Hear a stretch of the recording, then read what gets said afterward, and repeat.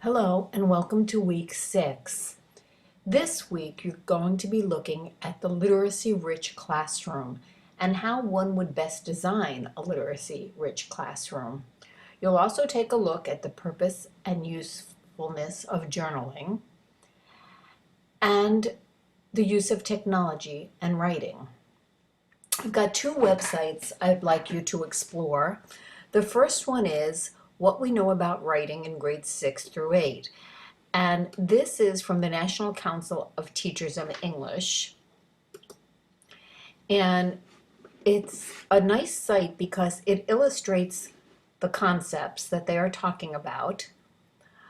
And it gives you links to some resources that will be helpful to you. If you're not familiar with the NCTE site, you'll see that you also have writing concepts for grades K through 2, 3 through 5, 6 through 8.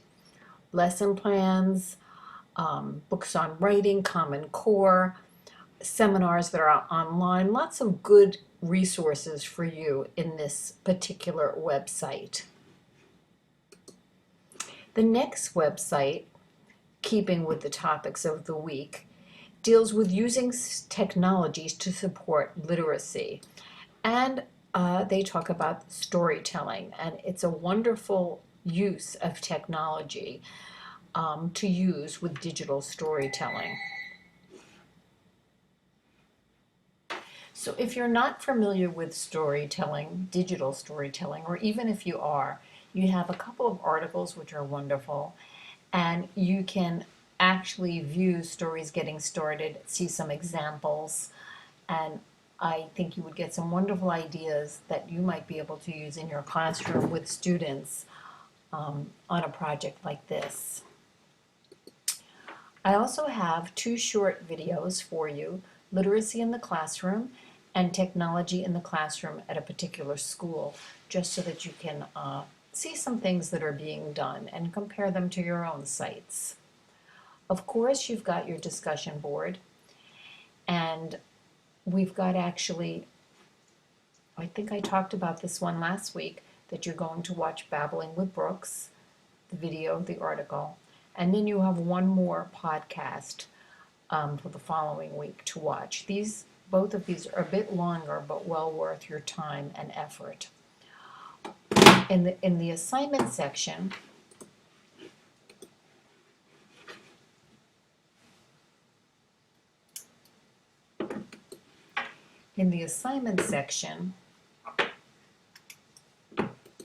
we've got our next assignment, and I'm having difficulty getting there, so give me a minute.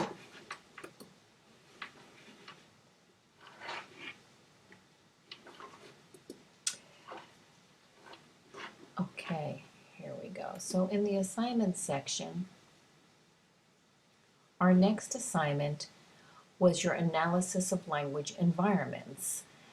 And this is meant to be a field experience, and we know that this may be difficult. We talked about that early on.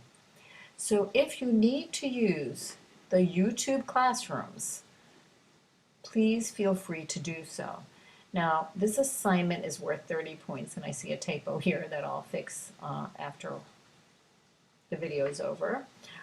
But you're going to look at oral skills and writing and how these are fostered in a classroom. So you need two classrooms, and you've got two here if you need them, or your own, and you'll be conducting observations.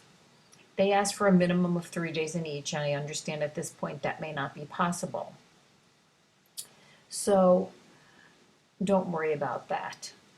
But you're going to note the following: opportunities for children to engage in conversations. How often are they invited to talk?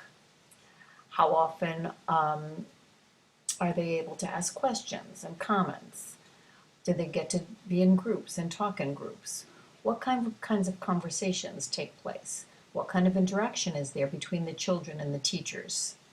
Do you see modeling and scaffolding taking place? Are there informal opportunities to engage in writing experiences? Are there planned writing experiences, and what kind of writing center and materials are available?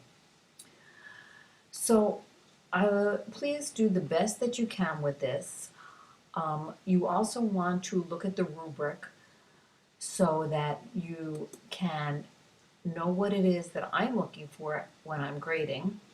So let's take a look at that rubric together. Okay? You need to provide an introduction, and it should be well written. You should describe the classrooms that you are looking at. Your analysis should be thoughtful, and you should relate what you are seeing to your readings and your theories. You will provide recommendations for improving oral and written language instructions based on appropriate strategies. You're going to provide a conclusion and a reflection. So I hope that helps you in planning this a little bit better. Well, basically that's it for this week. Remember, I am a phone call or an email away, so please take advantage of that should you need to, and have a wonderful week, and I look forward to seeing your next assignments.